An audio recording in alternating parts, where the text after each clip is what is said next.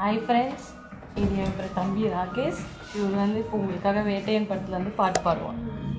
Hi friends, நான் ஒன்றும் வேட்டையன் படம் பார்க்கல.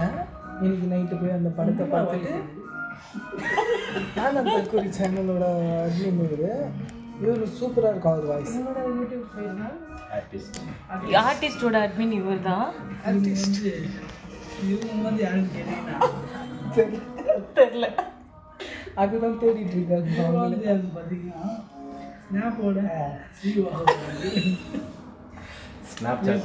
இவர் வந்து சீக்கிரம் சொல்வதெல்லாம் உண்மையில் வருவார் என் தம்பி.